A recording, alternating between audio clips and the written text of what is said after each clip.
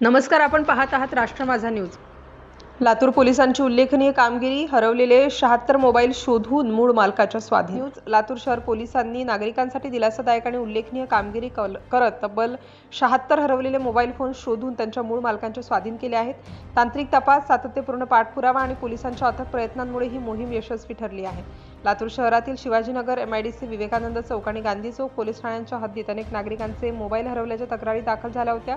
या तक्रारींची गंभीर दखल घेत पोलीस अधीक्षक अमोल तांबे यांच्या निर्देशानुसार आणि अप्पर पोलीस अधीक्षक मंगेश चव्हाण यांच्या मार्गदर्शनाखाली विशेष शोध मोहीम राबवण्यात आली। या मोहिमेत पोलिसांनी तांत्रिक तपास, मोबाईलच्या माहितीचे विश्लेषण आणि सातत्यपूर्ण पाठपुरावा करून एकूण 76 मोबाईल फोन शोधून काढले।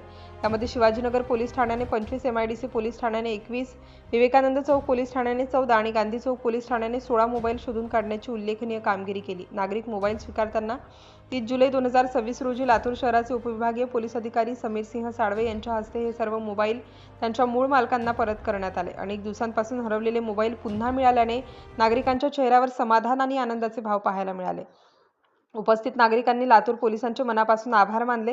ही संपूर्ण कारवाई उपविभागीय पोलीस अधिकारी समीर सिंह साळवे आणि परीक्षा विक्षाधीन उपविभागीय पोलीस अधिकारी अक्षय जाधव यांच्या समन्वयातून पार पडली। या मोहिमेत शिवाजीनगरचे पोलीस निरीक्षक संतोष पाटील, MIDCचे पोलीस निरीक्षक समाधान चौरे, विवेकानंद चौकचे पोलीस निरीक्षक अरविंद पवार, गांधी चौकचे पोलीस निरीक्षक सुनील रेजितवाड तसेच संबंधित पोलीस अंमलदारांनी विशेष परिश्रम घेतले। लातूर पोलिसांनी हरवलेले मोबाईल शोधून नागरिकांचा विश्वास अधिक दृढ केला आहे।